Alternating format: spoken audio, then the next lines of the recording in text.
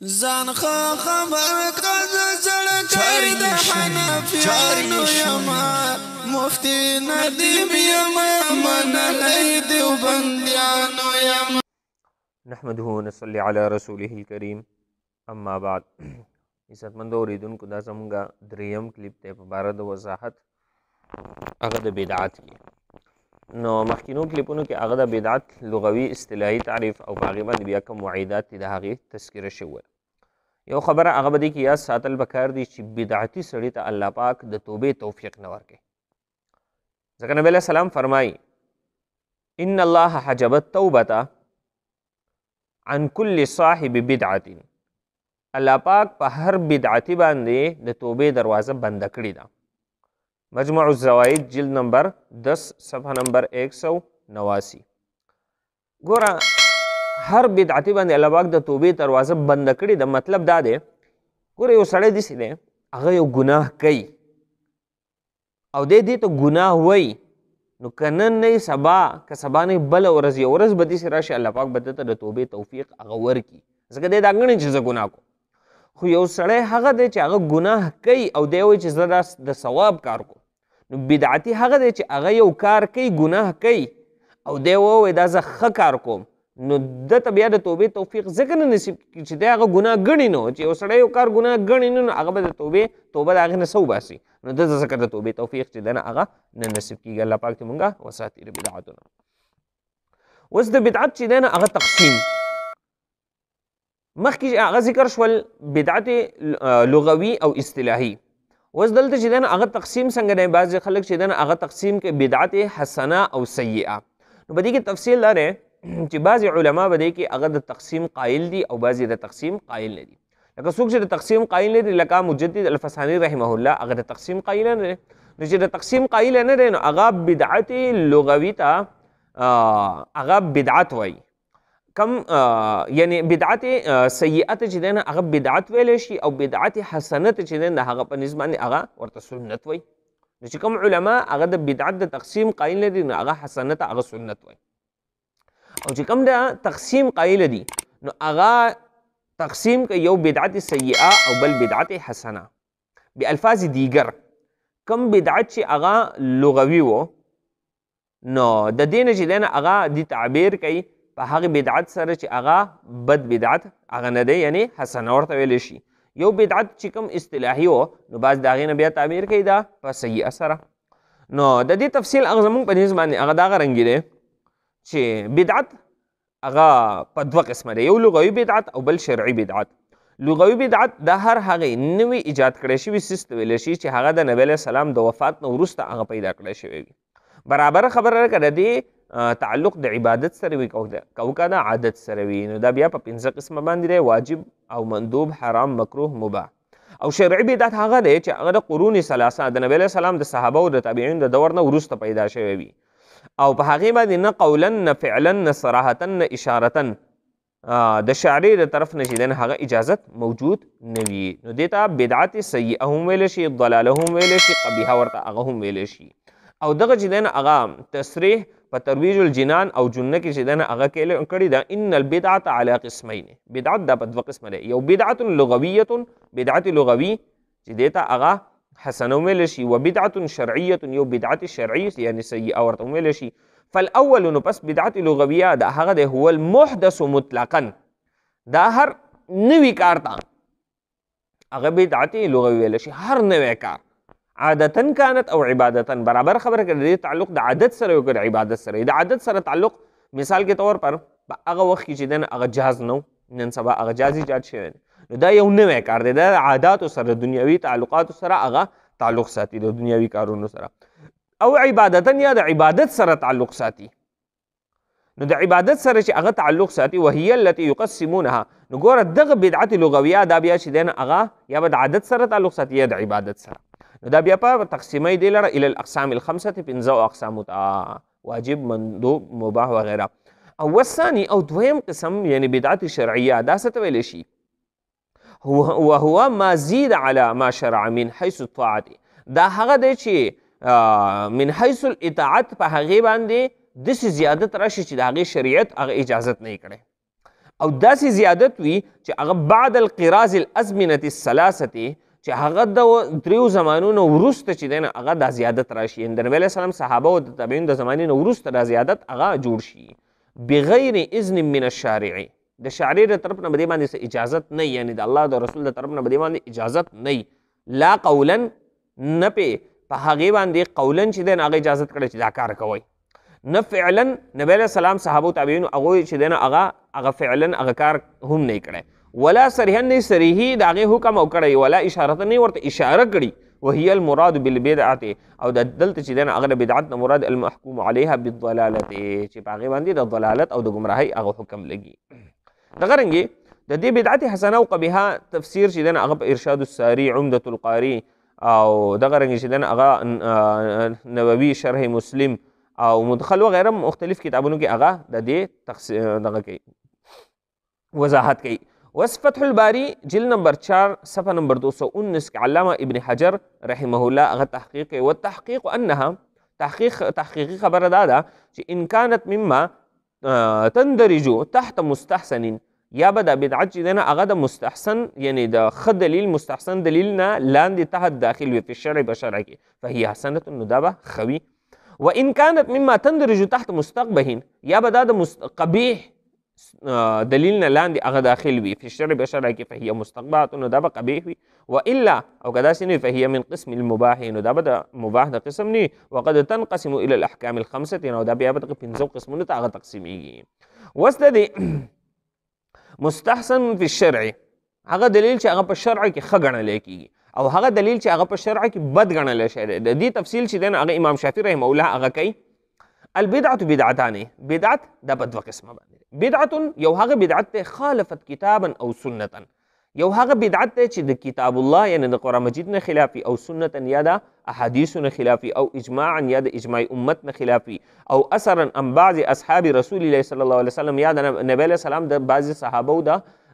خبرونه یعنی د اثر نه چې دی هغه خلافي د حدیث نه، فهذه بدعة ضلاله نو دا چې دی هغه بدعت الضلاله یعنی سیئه او ناکاره بدعت دی. وبدعة بل هغه بدعت دی لم تخالف شیئا من ذلك چې هغه د دې مذکوره څیزونو نه خلاف نه وي، د قرآن نه خلاف نه وي، د سنت نه خلاف نه وي، د احادیثو نه او دغه رنګ د اجماع نه او د صحابه او د آثارو نه چې دی هغه خلاف نه وي، فهذه قد تكون حسنة لقول عمر نو دا چې دی هغه کله کله ښه بدعت وي، لکه عمر رضی الله تعالی عنه چې کله تراوو باندې خلک ولاړو نو هغوی ته سوي نعمت البدعة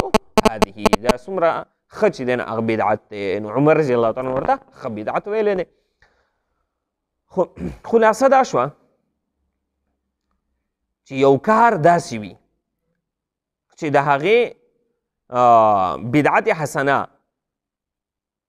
چې هغه دینی کار چې د هغې مانع د نبی علیه السلام نه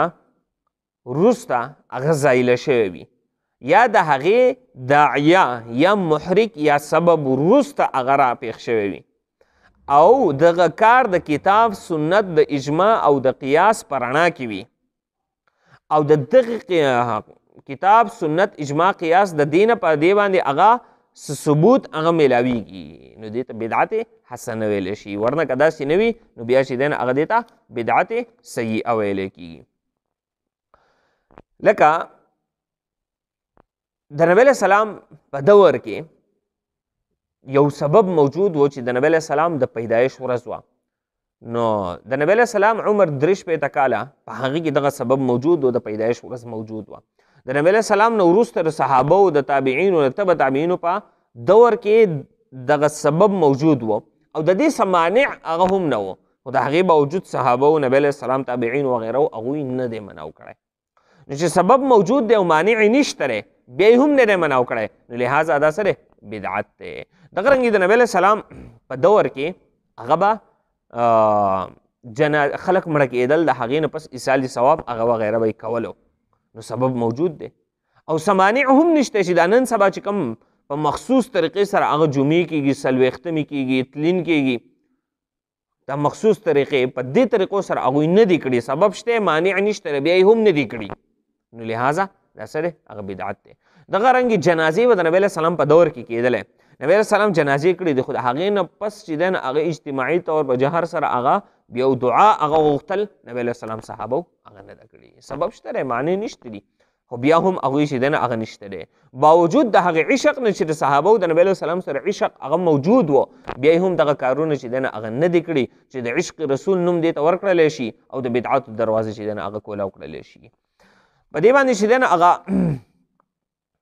علامه قاضي ابراهیم الحنفي رحمه الله مجالس الابرار صفحه نمبر 127 کې یو ښایسته چې دی نه هغه د دې ترجمه نفایس الاظهار کې هغه یو ښایسته عبارت را نقل کړی دی، د هغې ترجمه ده نفایس الاظهار، ترجمه د مجالس الابرار. هغې ته چې دی نه هغه لږ تاسو ته وایم. دی کې دی فرمایي اور اگر آپ کے زمانہ میں سبب موجود ہو، یعنی نبی علیہ السلام په زمانه کې سبب موجود ہو